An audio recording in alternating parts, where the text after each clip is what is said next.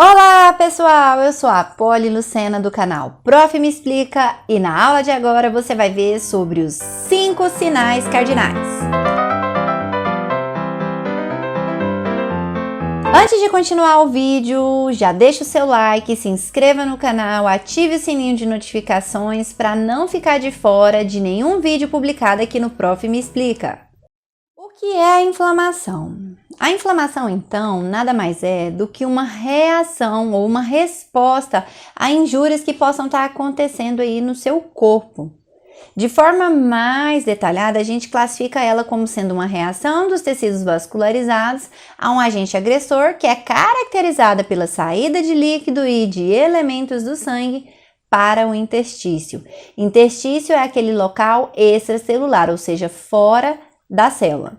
Para entender essa inflamação, tem uma imagem muito boa do livro do Bogliolo que a gente tem em uma sequência de reações, onde nós vamos observar, a partir de um agente inflamatório, uma cascata de eventos que vão acontecer até eu ter uma cura por reabsorção ou por cicatrização.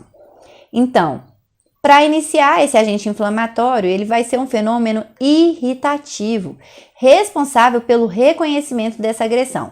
É o que a gente pode observar, por exemplo, nessa imagem mostrada aqui, onde a gente tem essa bolinha verde interagindo com o receptor presente na célula e desencadeando sinais para as etapas subseguintes. A partir daí, eu vou ter fenômenos que eu chamo de alternativos ou alterativos. Por quê? Vão alterar aquele ambiente ali onde todo o processo está se dando. A partir desses fenômenos alterativos, há a liberação de mediadores. Esses mediadores vão ocasionar fenômenos vasculares, exudativos, resolutivos e fenômenos reparativos. Lá nos fenômenos vasculares e exudativos é onde a gente vai ter os sinais cardinais da inflamação: calor, rubor, dor, tumor, que aí vão estar relacionados com a liberação de mediadores pró-inflamatórios, alterações vasculares e celulares. Num terceiro momento, eu vou ter um fenômeno resolutivo, onde acontece uma cura por reabsorção do exudato e, consequentemente, regeneração, é claro, dependente do tipo de tecido envolvido, e liberação de mediadores que já vão ser anti-inflamatórios, porque eu preciso ali já parar esse processo. Ou eu posso ter, em um quarto momento, uma cura por cicatrização em um fenômeno reparativo, porque aquele dano não consegue ser regenerado, onde a gente vai ter a presença de uma cicatrização principalmente. Isso aqui é o que configura o processo inflamatório do tipo agudo. Se essa inflamação ela se mantém, a gente passa a ter, então, a inflamação crônica, que pode depois curar também para cicatrização, ou eu posso ter uma inflamação crônica persistente quando eu tenho, por exemplo, doenças aí crônicas que se desenvolvem ao longo de muito tempo. Falando a respeito de cada uma dessas etapas, o que a gente observa? Como será o reconhecimento dessa agressão, dessa injúria que o organismo sofreu? Então, eu tenho a presença ali de receptores, representados aqui na célula pela chave, e receptores presentes no agressor pela aqui, o sistema da fechadura. Esses agressores vão ser classificados em exógenos quando eles vierem de fora do organismo. É o caso, por exemplo, da LPS ou peptídeo glicano presente na parede bacteriana, que configura um PAMP, molécula padrão associada ao patógeno. E há também os agressores endógenos, que são classificados como DAMP, as moléculas padrões associadas a danos. Esses PAMPs e DAMPs vão formar as moléculas que sinalizam a inflamação, ou também denominadas alarminas. Basicamente, quem são os receptores na célula humana que vão reconhecer PAMP, DAMP, VAMP? A gente tem visto ao longo das nossas aulas de imunologia que esses receptores são chamados em conjuntos por PRR, padrões de reconhecimento padrão. Mas, na verdade, a gente observa que há uma infinidade desses receptores presentes nas células humanas.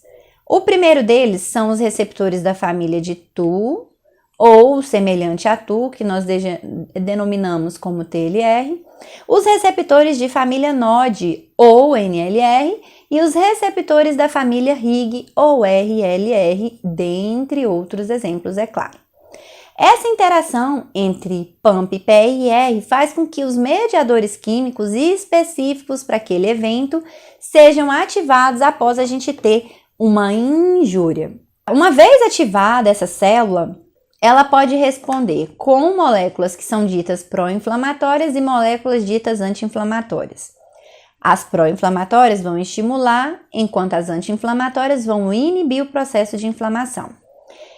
E há uma infinidade de moléculas ou mediadores que vão estar promovendo ou inibindo essa inflamação. São citocinas, quimiocinas, mediadores lipídicos, amina-vasoativas, cininas, neuropeptídeos, componentes do sistema complemento e do sistema de coagulação e também de fibrinólise. Dentre as aminos vasoativas, nós temos, por exemplo, serotonina e a histamina. Nos mediadores lipídicos, os representantes são prostaglandina, leucotriena e tromboxano. E no componente do sistema complemento, nós temos as porções C3A, C5A, C5B, além de várias citocinas e quimiocinas e alguns outros elementos, como o fator de ativação plaquetária, ou PAF, e o óxido nítrico, ou NO. De que forma que eles vão atuar? Então, eles podem desempenhar diferentes funções. Por exemplo, alguns deles podem ser responsáveis por desenvolver a permeabilidade vascular, permitir que os componentes presentes no sangue extravasem do sangue e saiam para o interstício, ou causar a vasodilatação, que é o aumento do calibre do vaso sanguíneo. Outros, em compensação, podem atuar no processo de diminuição do calibre do vaso sanguíneo, causando o que a gente chama de vasoconstrição. Além disso, podem participar de ativação e atração leucocitária ou mesmo do processo de fagocitose, que consiste na internalização do patógeno para dentro da célula. As citocinas, elas podem ter diversas funções e um grupo específico de citocinas é chamado quimiocinas. Nós temos exemplos as interleucinas, representadas pelas letras IL, tem efeito diferente em células diferentes ou efeito redundante, parecido. É o que a gente chama de pleitropismo, que a gente também tem visto nas aulas anteriores de imunologia. Já as quimiocinas são citocinas de quimioatração, então elas vão ser responsáveis por atrair o leucócito, por exemplo, para o local da infecção, da inflamação. Normalmente elas têm baixo peso molecular, menos ali de 8 kilodaltons, para vocês terem ideia. Exemplos de citocinas pró-inflamatórias. Na resposta imune inata, temos interleucina 1, fator de necrose tumoral alfa, interleucina 6, interleucina 18.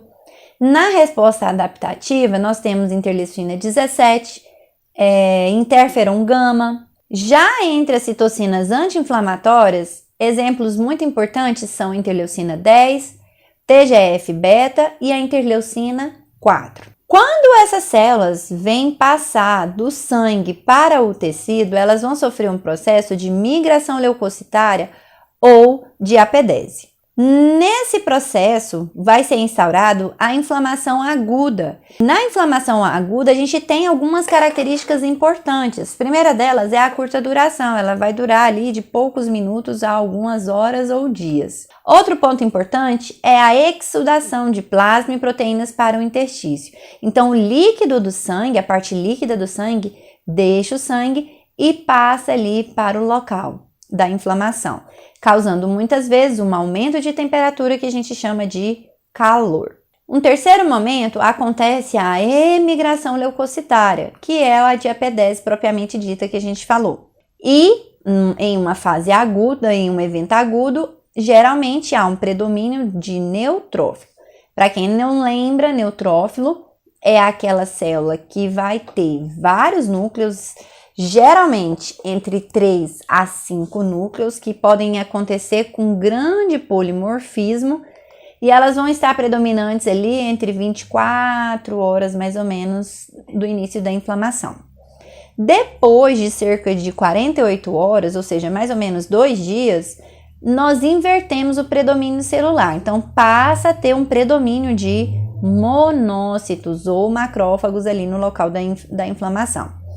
Como eu diferencio uma célula da outra? O monócito vai ser um leucócito maior, que não possui grânulos em seu citoplasma e tem o núcleo em forma de rim, ou seja, é um núcleo riniforme. O neutrófilo é segmentado, enquanto o monócito forma, então, esse rim ou ferradura. Os sinais cardinais da inflamação: calor, rubor, tumefação, dor e perda de função vão acontecer em diferentes momentos conforme o evento que está se passando ali no local da inflamação. O que a gente observa? No calor, o aumento do fluxo sanguíneo local é um importante evento que desempenha esse primeiro sinal da inflamação.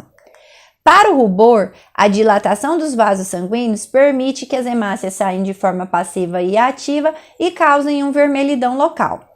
Na tumefação ou edema, o acúmulo extravascular de fluido ou de líquido do sangue vai fazer com que aquele local inche, aumente ali o seu volume extracelular. E a dor geralmente é decorrente do aumento da pressão pelo acúmulo de fluido intersticial e também pela liberação de mediadores químicos, como é o caso, por exemplo, da bradicinina.